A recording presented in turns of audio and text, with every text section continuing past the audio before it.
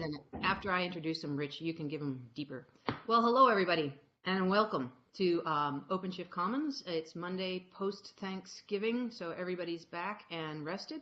And we thought it would be a great time to do a deep dive into Quarkus, Java, and all sorts of fun things. And so today we have Rich Sharples, Jeff Beck, and Daniel O, who are going to kick us off with a Quarkus talk.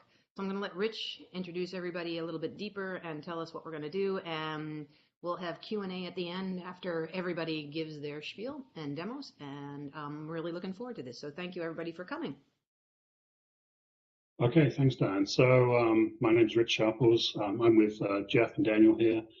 We're all part of the application services business unit, previously middleware. And today we're going to talk about Java and Quarkus and really where Java's headed.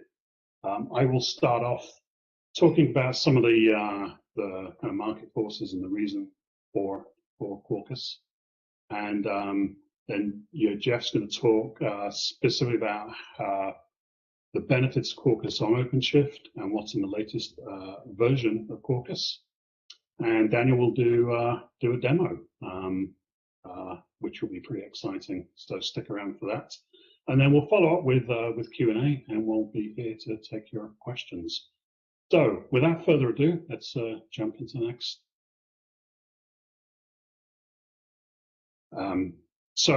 Actually, go straight to the next one. I mean, one of the questions I've had, you can stick with the graph, the chart actually, over the years is Java still relevant?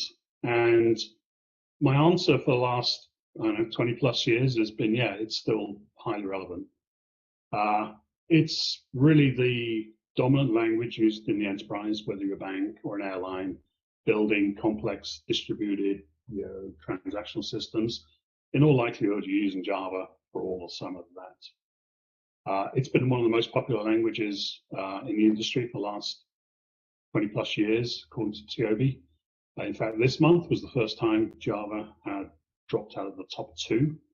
Python took the number 2 spot, which is not surprising.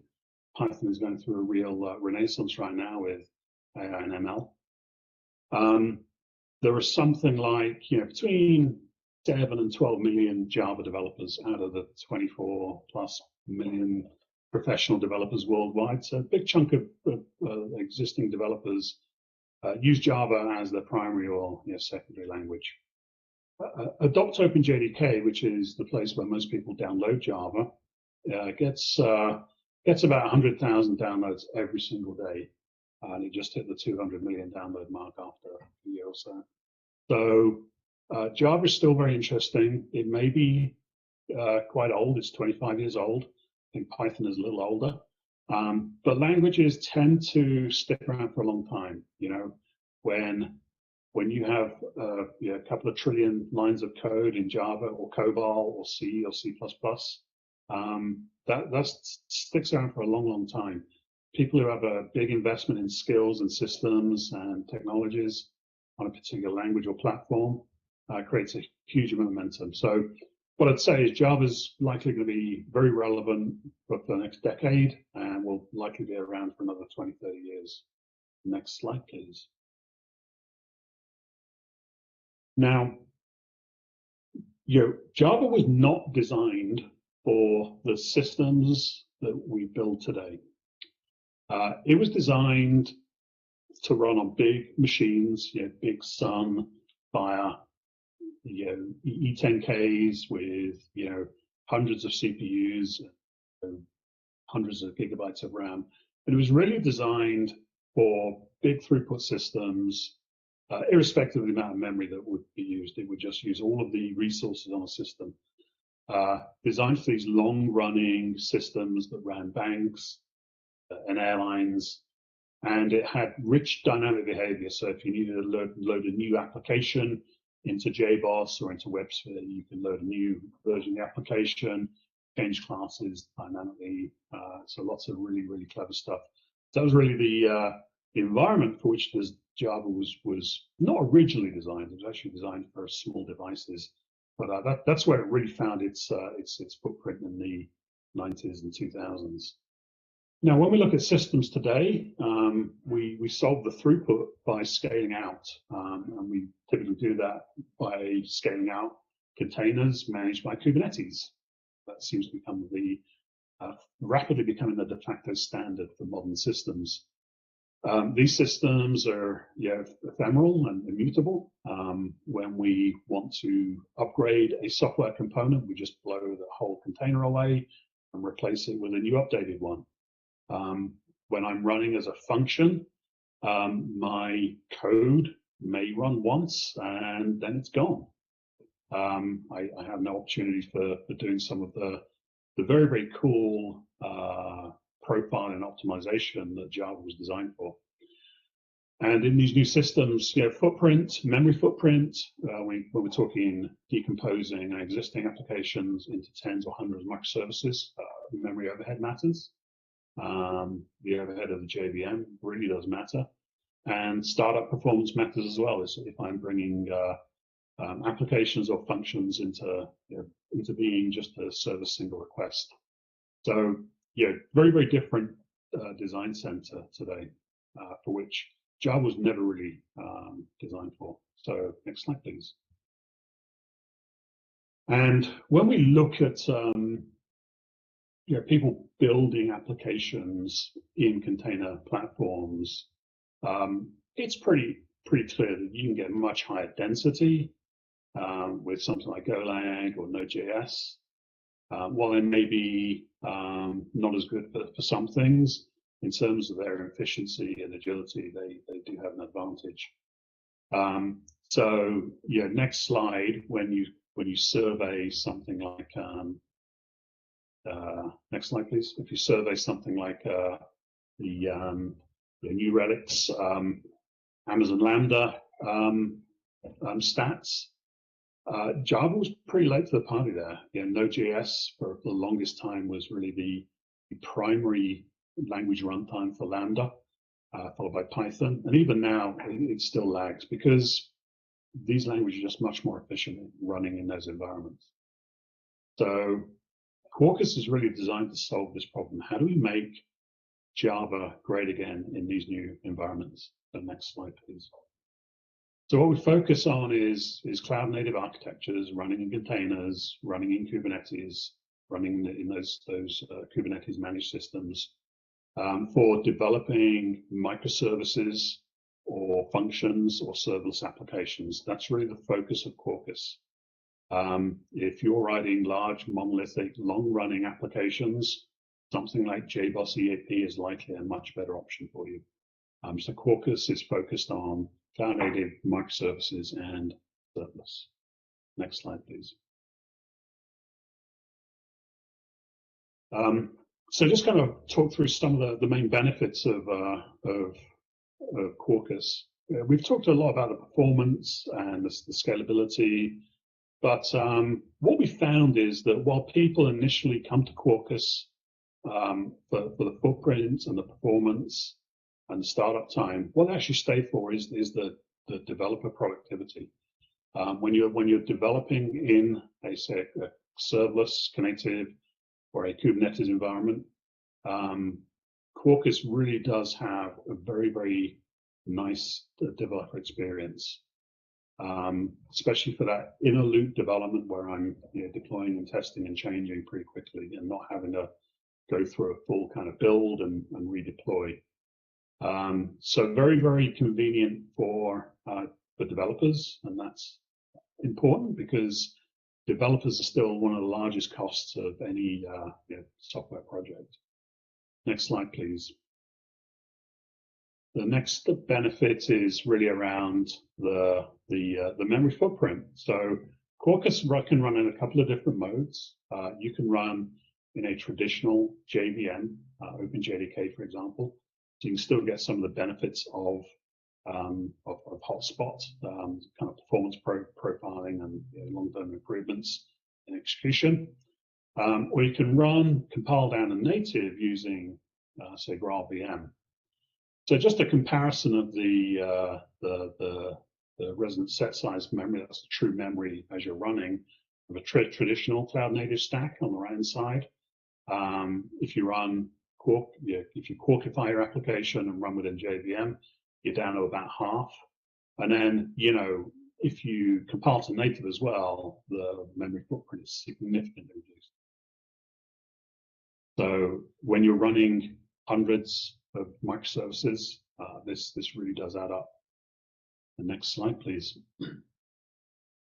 So slightly more complex application. So, a RESTful endpoint with access to a database. Again, we're measuring memory here again. Again, just going from traditional JVM, traditional stack, versus Quarkus running on OpenJDK.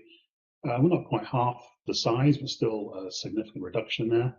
But then if you compile down to native and remove all that dead code and your libraries and overhead you don't need, we can significantly shrink. It's almost 1/10 of the original cloud native stack in terms of memory. Again, huge savings to be realized there in a microservices environment where you have lots of small services running. Next slide, please. So now let's kind of talk about startup time. And by that, we mean, the time it takes for you to deploy and then actually be able to respond to the first request, whether that's be a REST call or a HTTP, request response. And that's important. If you have pods sitting around unable to service requests, they're doing nothing for you. They're essentially dead to you until they can get to a point in time where they can service requests. So Quarkus, again, compared to a traditional cloud native stack versus running in a JVM, running in native mode, the startup speed is just phenomenal. That's because lots of magic happens. We convert a lot of the startup code to kind of compiled code at compilation time versus having to run through when you first run. So we just do some real magic behind the scenes, but then getting down to a native image really does significantly change the response times for first startup. And that's really important for event-driven serverless functions. Okay, next slide, please. The benefit 3 is really related to developer experience again. Quarkus allows you to develop in a familiar imperative style that most Java developers would be used to. Or if they're building asynchronous reactive systems, maybe using Kafka, and you're handling things as events with reactive programming, would be more natural and more kind of a natural expression of that logic. We support a true reactive programming model as well. Truly asynchronous, truly reactive. And that's a huge bonus. Again, if you're developing high scaling microservices, maybe an endpoint for an API or for a stream with Kafka, developing using the reactive program model will not only be provide more readable, more maintainable code, but it's likely going to be a lot more performant and scalable as well. So that's a pretty big deal. But the good news is you don't have to. If you want a traditional imperative style there, we handle that. Just the next slide, please. And then, finally, the real benefits of Quarkus are it's still Java. So with some or no modification, most of your existing technologies, whether it be Camel or REST-easy or Keycloak, that can still be used within your applications. You don't have to learn a new language, a new framework. You can bring your knowledge and maybe even some code with you as you move into this kind of cloud native architecture with Quarkus. So that's pretty huge. And with that, I will hand over to Jeff. All right. Thank you, Rich. Hello, everyone. My name is Jeff Beck. I'm a product marketing manager on the application services team, and I want to pick up where Rich left off and talk more about Quarkus in the context of OpenShift and Kubernetes. And really you're going to see some repeating patterns. So I don't want to dig into it too much, but why would you be looking at using Quarkus for Kubernetes native development? Uh, we have the tagline for Quarkus where it's supersonic subatomic Java, and it really drives home the fact that Rich just showed you the performance and how it's able to use the memory and cloud resources efficiently while also being fast and first from a startup perspective. So what does that mean? It really translates to cost savings. So we talked about cloud efficiency, serverless deployments, but also we talked about developer productivity. So not having to retrain your existing developers in a new language, allowing them to use what they know and what they're familiar with. And essentially that translates into faster time to market. So all these tools allow a developer to respond more quickly to a changing customer need, changing marketplace demand, or even sometimes internal pressures within an organization. So there's a low learning curve and it allows organizations to be competitive. And from a Kubernetes native perspective, Quarkus was built from the ground up for Kubernetes, and so there is a integrated tooling like the Dev Console on OpenShift, as well as code-ready workspaces, as well as the ability to use the extension ecosystem that Rich mentioned, where developers can leverage the extensive ecosystem to do things I guess focus on development and not have to worry about the underlying infrastructure. For example, using the OpenShift or Kubernetes extension for Quarkus that allows them to use a single Maven command line to deploy that application and create the underlying resources in Kubernetes to support that. So what does it mean to, for Kubernetes native development with Quarkus? Like we mentioned before, it starts with a solid foundation. So the Java that they're familiar with and they know, but applied to a modern architecture. So cloud native, Kubernetes native deployments. Stunning performance, like we talked about, optimized, especially when you talk about the native. Quarkus is very compelling when compared to a traditional framework when we're looking at running on the JVM. But if the application has the ability or the need to be compiled down to native, the performance becomes even more important, especially when we're talking about serverless. I talked a little bit about this tool chain, really this being able to integrate more tightly with OpenShift and Kubernetes to utilize things like that developer console. There's Quarkus extensions for all the popular IDEs where you can generate the scaffolding of a project. You can easily include extensions in the POM XML for using Maven. Really, so all these tools and live reloading, which I'm sure Daniel's going to show you, is one of the major features that developers like to make them more productive. And Rich talked a lot about the community, first being focused on from Java and everyone's experience with Java, but the extension ecosystem is really starting to become an important part of developer productivities. So like I mentioned, allowing the developers to focus on their business knowledge and their expertise and not have to worry about underlying infrastructure or how to integrate with applications or underlying databases. So, we've been talking a little bit about, the developer and obviously OpenShift and Kubernetes are more traditionally focused on the operations team. And so what's interesting now is you're starting to see these two worlds collide of the operations and the developers. I guess collide is probably not the right analogy because they've been working so closely together. But what is interesting is that now we're looking at a combination of Quarkus and OpenShift as having a common development and operations environment for this cloud native development. There are a number of customers using Quarkus in production, and you'll see just a few of the quotes here. Lufthansa was able to run 3 times denser deployments without sacrificing availability and response times. So they had an existing portfolio of applications, and they were able to take those, or do more with what they have, right? So they were able to run applications quicker, and they were more efficient with the cloud resources. I like the one from TalkDesk here. Is they were looking at more traditional frameworks like Spring, and they weren't satisfying their needs from their container-based applications. And so when they looked to adopt Quarkus, they were productive from day one. The idea, once again, that it's leveraging the existing expertise. Not some developers love to be on the cutting edge and use the different frameworks for the for the needs of their applications, while others really like to lean on their expertise and what they know over the last could be 10, 25 years.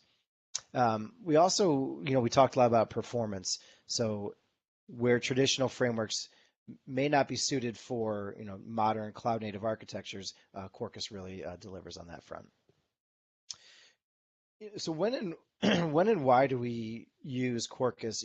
A number of different things. First, net new from a greenfield perspective, it just makes sense. If you have the ability you're starting and creating a new application, and Java, it's a great place to start. So same things we talked about: low memory footprint, fast startup times.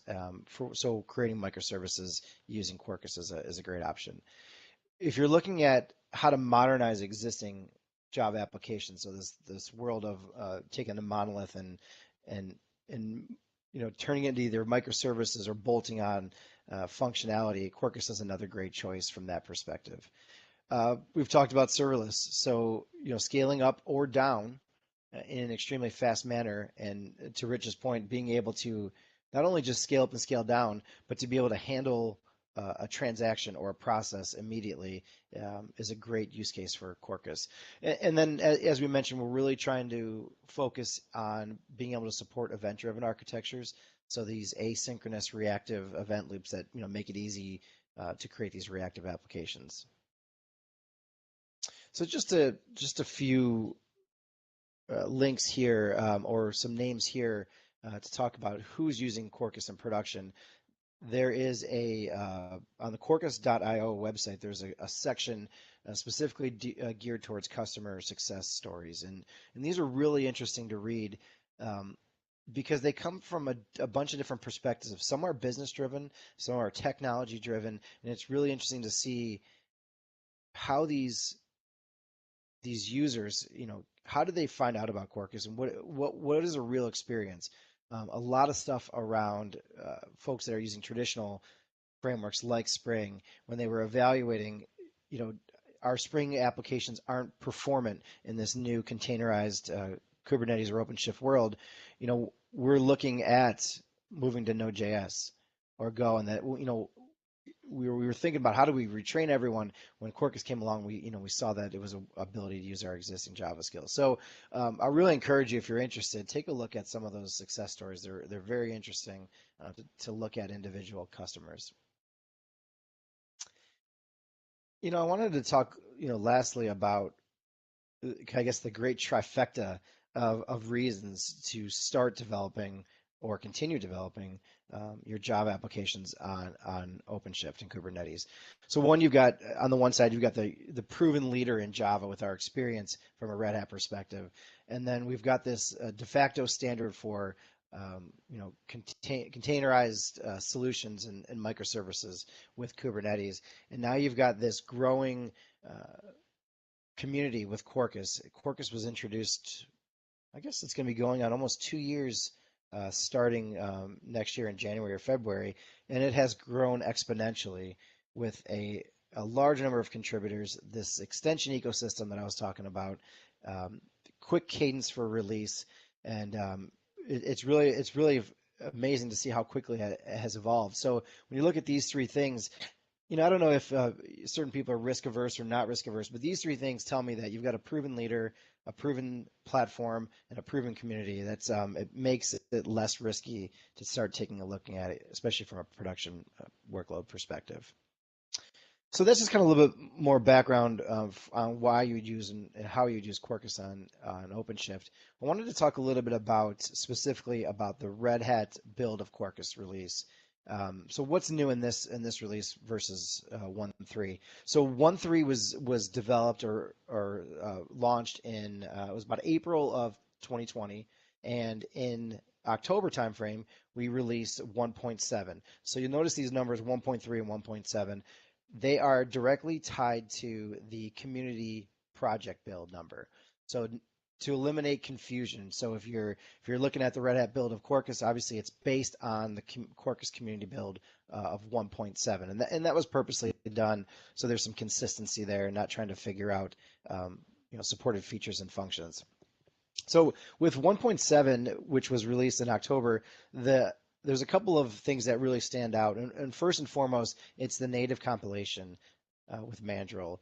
1.3 did not support native compilation, only supported on the JVM. So it was important for Red Hat and for us to obviously quickly come around and support native compilation. And you've seen the numbers speak for themselves and why it's compelling.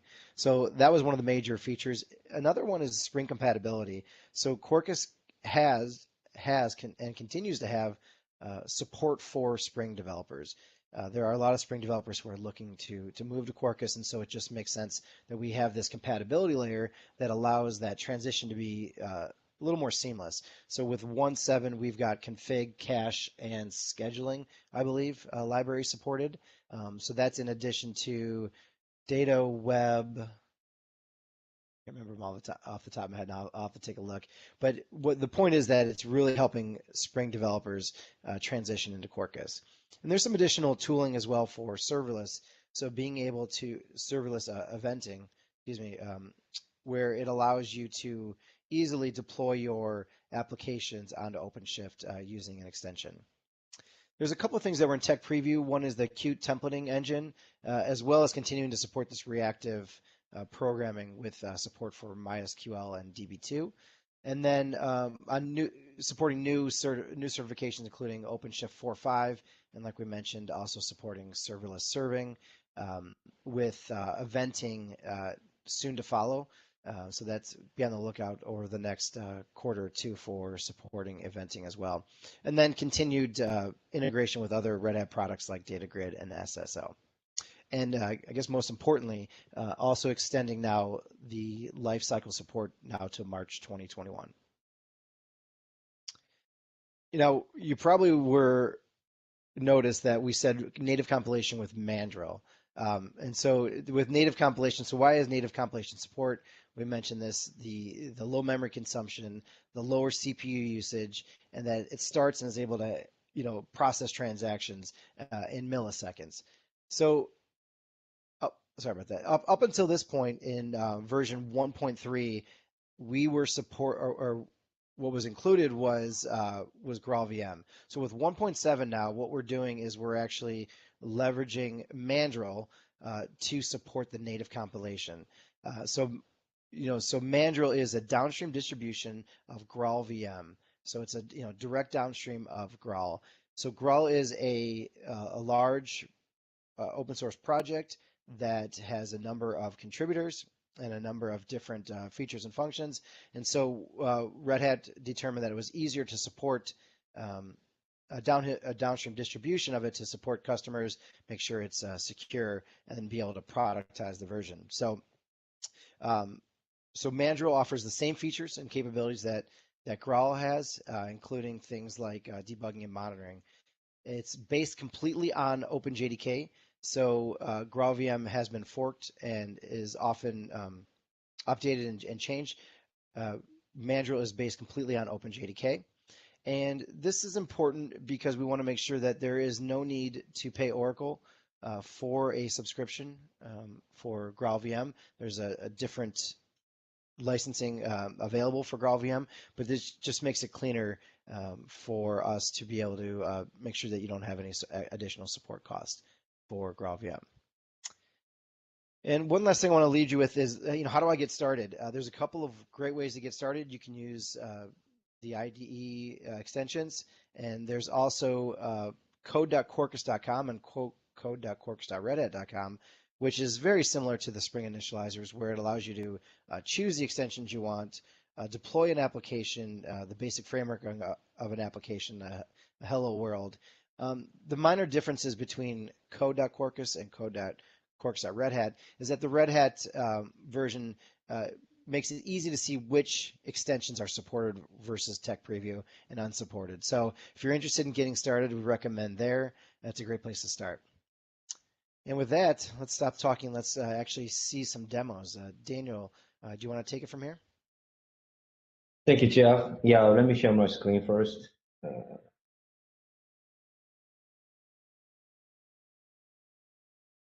Okay, hopefully everybody can see my screen. Okay, so my name is Daniel. I'm technical marketing major. So I'm going to showcase today around a multiple approach to DevOps in terms of how to create your Quarkus application, and then from scratch, and then some serverless application with the create a function. Also, some benefit for ops team with the Helm chart. Okay, here's my ID tool, VS Code, but actually you can use any ID tool like IntelliJ and Eclipse or whatever you need. And then the Quarkus tool, you can actually install your preferred ID tool. So you can start the Quarkus project created from your ID tool. So you can usually use the Maven or Gradle to package your application. So I'm going to create a new Quarkus application on my ID tool. And one of the benefits of a Quarkus application, you can actually create some sample application here. And then, as you can see, there are automatically generated some sample application. For example, the Quarkus provide the RESTful API by default and the full support CDI bin. So you can have the sample application, how to expose the RESTful API based on Quarkus application. So first step, we're going to start this application on my local machine to make sure everything is okay. So I'm going to open my terminal window, and then I'm going to use the Maven command line as usual for developer standpoint. So Maven Quarkus, the demo, this is one of the beauty of the Quarkus, the rich, and Jeff already mentioned earlier, the Quarkus provide the live coding capability, which means whenever you change your code, you don't need to recompile, rebuild, and redeploy your application on your local machine because of the live coding capability activated by default when you use Quarkus demo.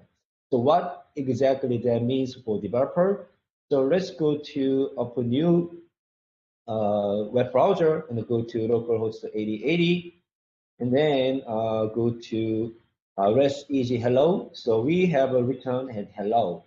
So whenever, let's say, okay, I need to change my code. Like for example, very simple. Let's change it to the return code here. Welcome, OpenShift comments like that. And I just save my file and then go back to my web browser. I try to reload my application and I immediately get a new return result. In the meantime, behind the scene, Quarkus automatically detected which Java class is just changed and stop and recompile, rebuild, and rerun this application automatically. So this is a huge benefit for developer standpoint. And in the end, this feature increases development productivity for your daily work.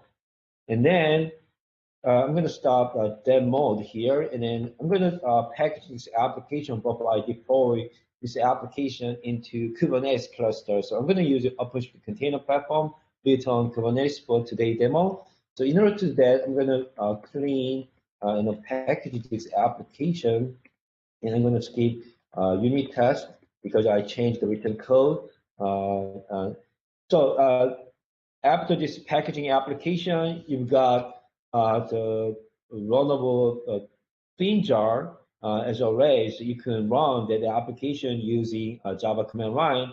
So here's my activity monitor on my local machine, just to make sure, take a look at that, how many JVM I'm using right now. And then as you can see, I'm going to zoom in a little bit. So I have actually 4 JVM running on my machine, and the smallest one 41 and the second smallest one 85, just to remember this number. And go back to ID tool, and I just run my application, the target directory and the serverless and runner. So once you run your application, as you can see, you just need to hear 0.6 seconds to start off. There we go. So this is a pretty fast than any other cloud native Java stack. So Spring Boot, maybe a couple of seconds to start up application, even simple RESTful API, but it's almost 4 times faster than Spring Boot or any other the Java application framework. And then you can also have the same functionality when you go to the application. Okay, you got the same result here. And I go to memory utilization, and now we can see here 105 megabyte as a memory footprint. A pretty small memory footprint to start up and run our Quarkus application. And let's start this application, and then we need to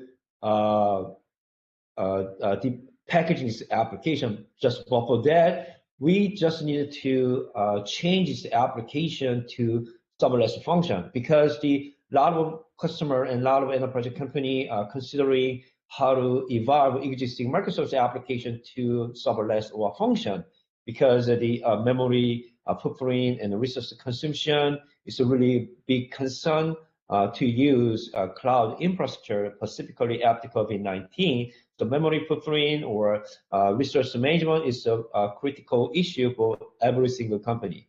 So Quarkus luckily provide a good feature to change your existing microservice application to serverless function very easily. In order to do that, we needed to add one extension from Quarkus side. So it's a funky extension. The funky extension is to provide the standable Java portable API, and you can deploy, you can actually develop the Microsoft application as a function, and then you could deploy that function with a multiple serverless and fast platforms such as Amazon Lambda, Google Function, Azure Function, and also on-prem Kubernetes serving Kubernetes eventing as well.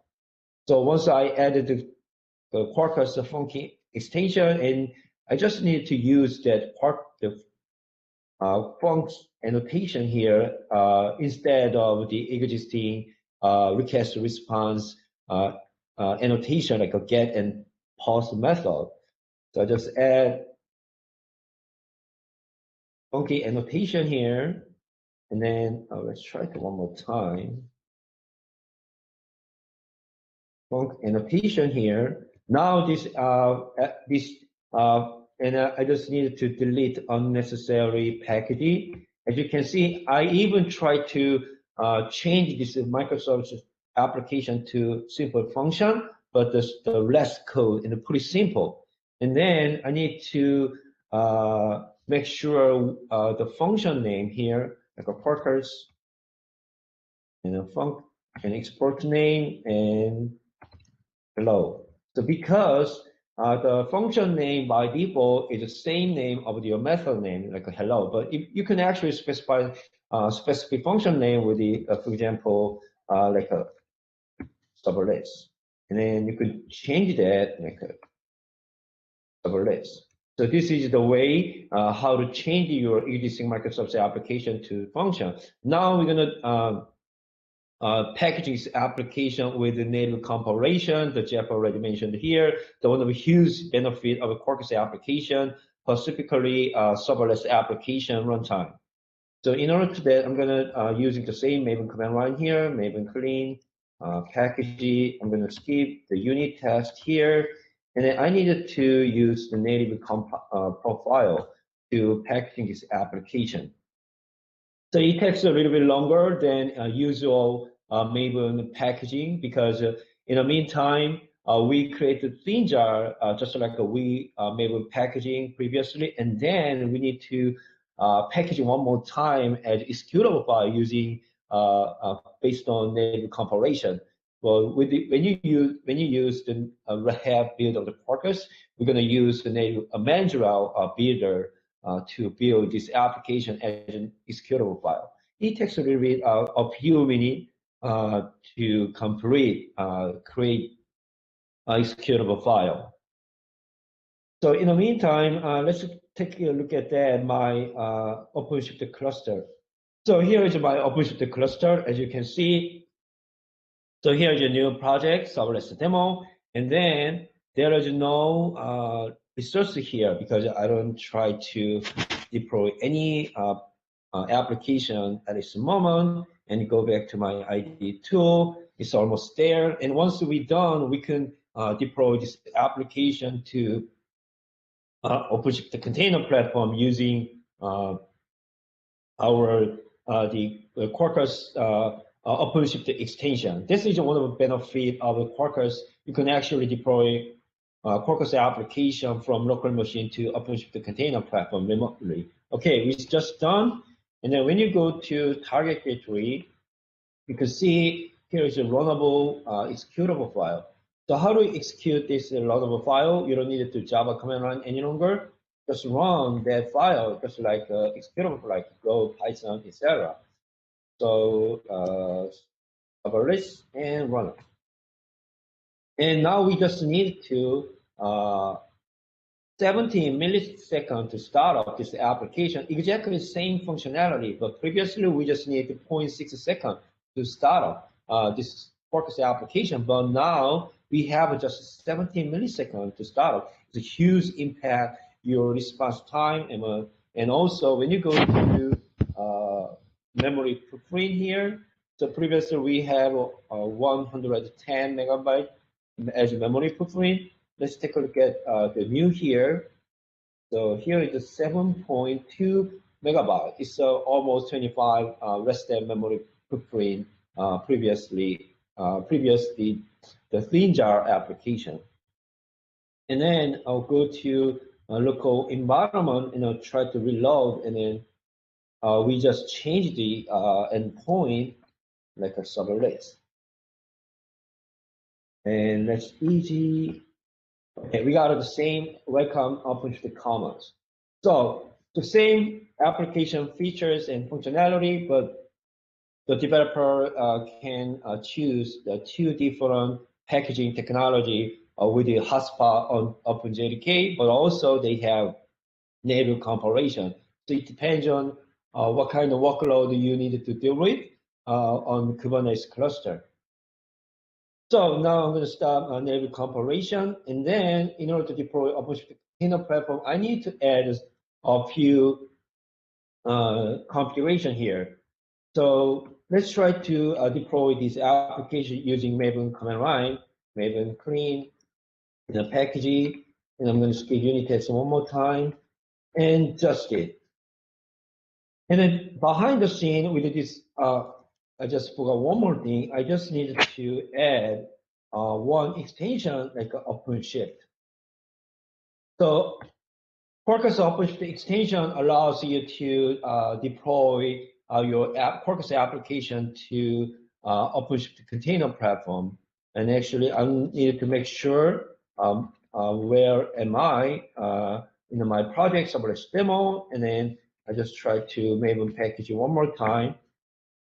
So as you can see in this configuration, I'm going to make it true to container build, and then I'm going to target environment to Knative, which means this extension will deploy our Quarkus application as Knative service. You can also deploy a traditional application like to Kubernetes. OpenShift is a 24/7 running pod, like a staple application. But in this case, we're going to deploy this application as the function using OpenShift serverless capability. And also, there are Kubernetes deploy true, and OpenShift export true means OpenShift automatically create a router for developer to access from external. So it takes a little bit longer because behind the scene, we need to package this application at the thin jar and then deploy OpenShift container platform using a source to image processor. So when you go to the OpenShift container platform, it will be show up our Quarkus application in a few minutes, I think.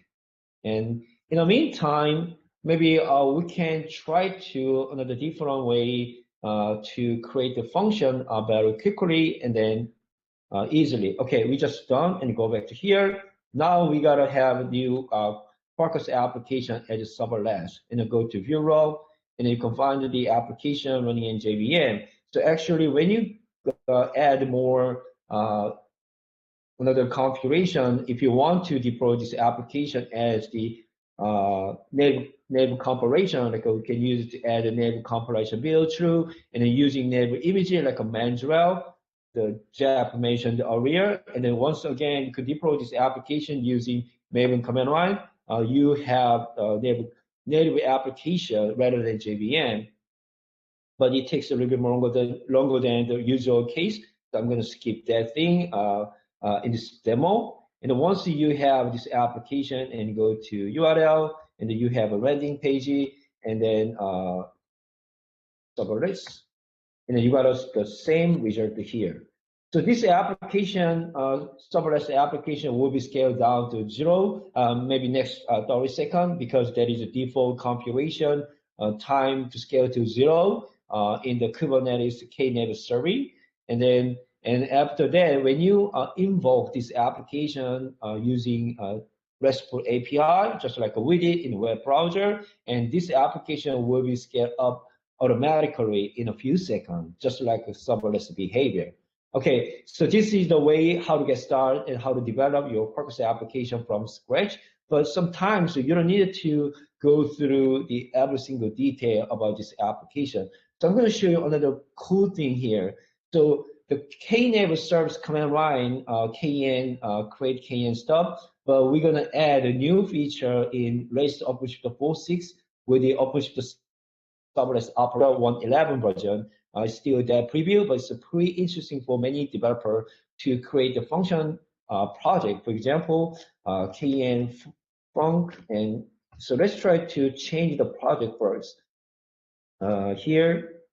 And in the meantime, this Quarkus application scaled down to 0 already. We change our Quarkus application like a Quarkus func. So there's no application deployment at this moment. And KN func, and then create Quarkus func with the function name, and the runtime is Quarkus. So when you create that function, and we have a new project that called the Quarkus func, and then you combine that and all the Maven project, and then the next step you have just deploy this application using external registry. For example, I'm going to use my QA.io, the external registry, and I'm going to do specify the namespace for Quarkus func, my OpenShift project name. I'm going to check my log during the build. So first of all, I'm going to use the Quarkus JVM builder image and the runtime image, and then we're going to use the build path to packaging this application and deploy the OpenShift container platform. In the meantime, this KN service func command line to try to Maven packaging just like we did, and then we just build success, and then we just push this container image to external registry, and almost done. And then the last step, the Knative service command line try to spin up the Quarkus application to serverless in our OpenShift project. Let's go back to OpenShift Container Console, and now this application is almost running. And just running, and as you can see, the funky extension already there, and the application is running. And click on the application. So we got the endpoint, and I needed to actually define the endpoint request copy from endpoint and echo, for example, message. My name is Daniel. And the endpoint here, there we go. So what else? Oh, okay, there are two double quotation here. And let's try it one more time.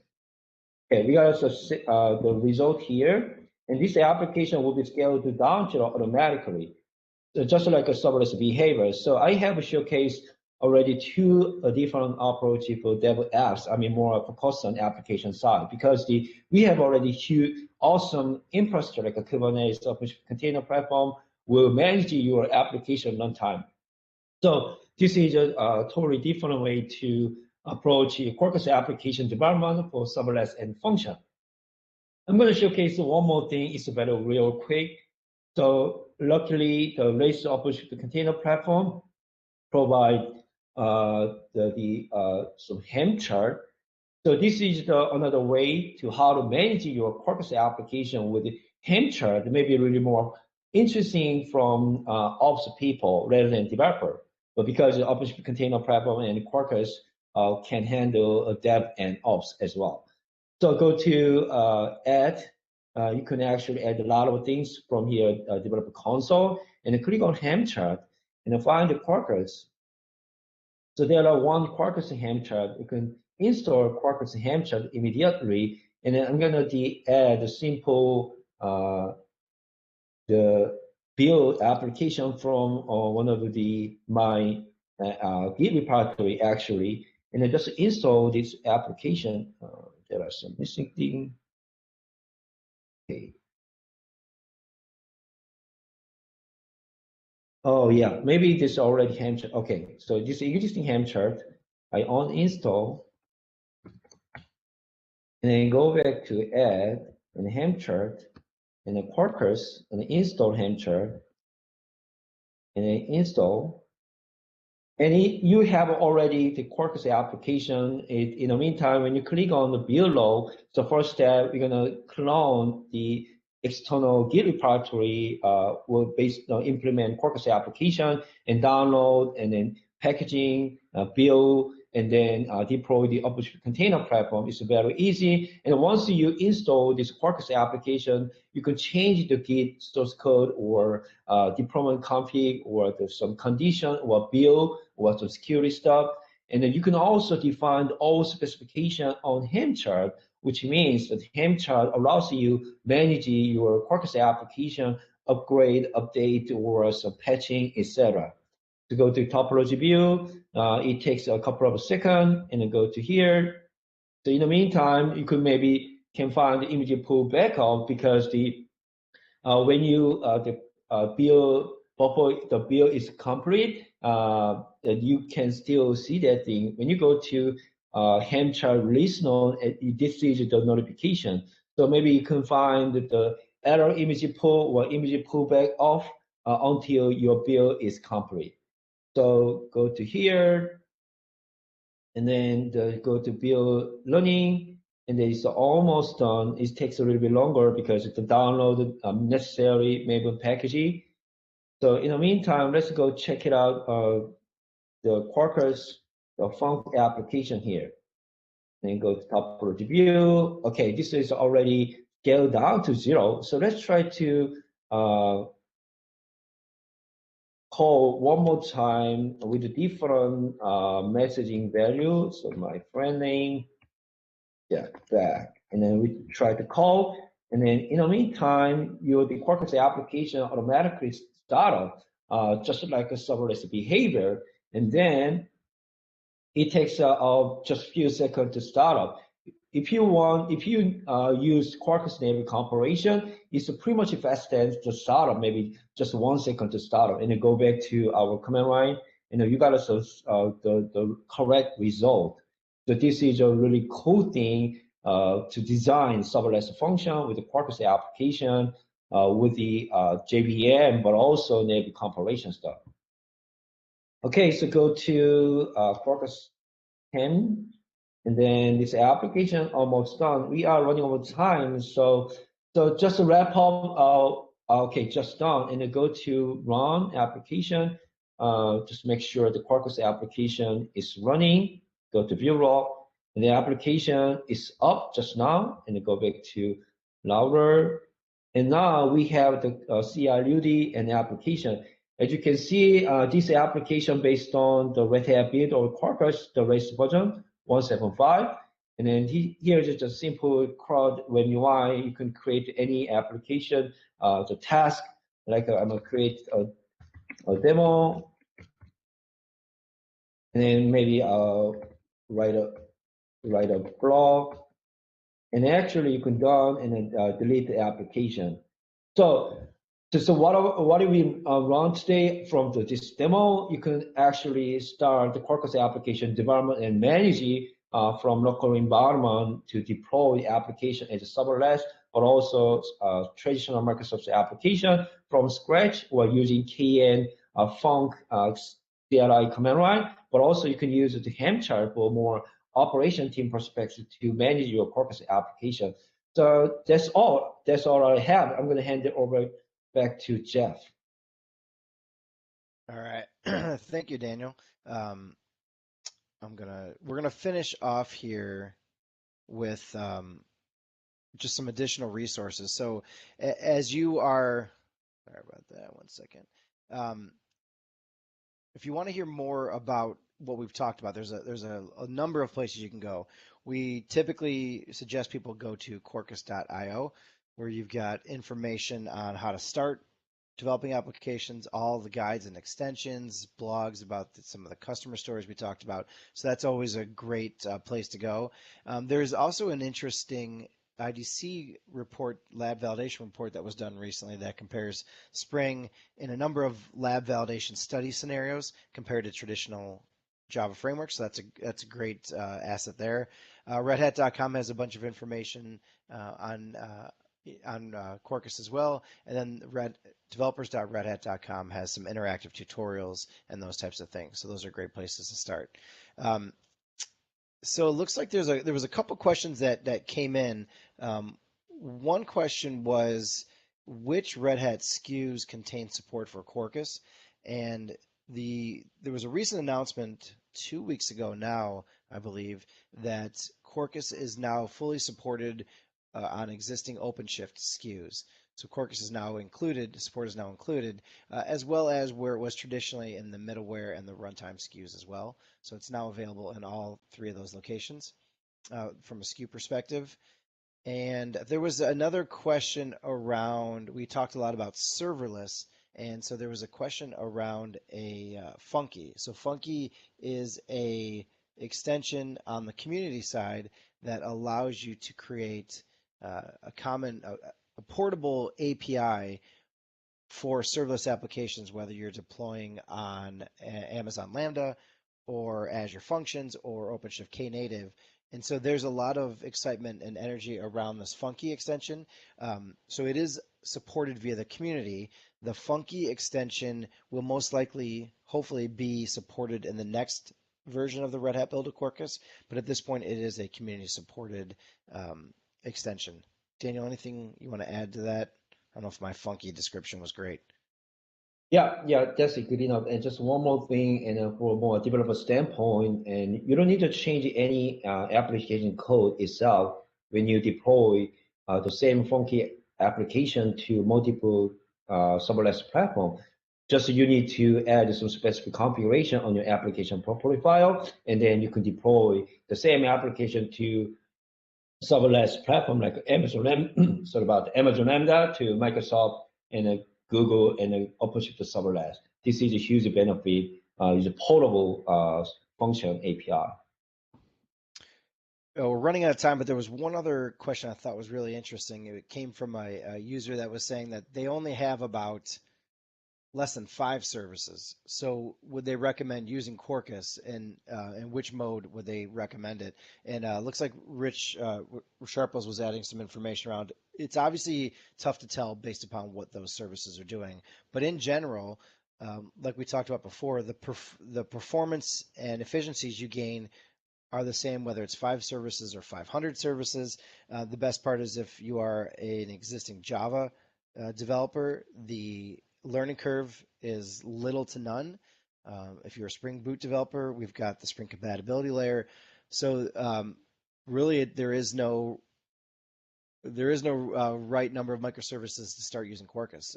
One is just as good as 1,000. Looks like we're at the top of the hour. So I think what we're going to do is we're going to let everyone go. We appreciate everyone joining this session, and I'll turn it back over to Diane.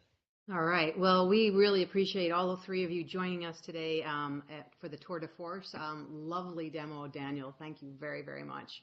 And it was we need to have you guys back more.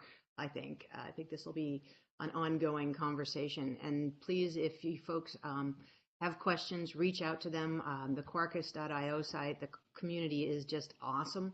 And they're doing all kinds of fun stuff, so you can get in touch with them there and all these other wonderful additional resources. So we really look forward to hearing your war stories and your successes. So if you are using Quarkus in production, I'd love to hear from you and get your feedback and give you the podium.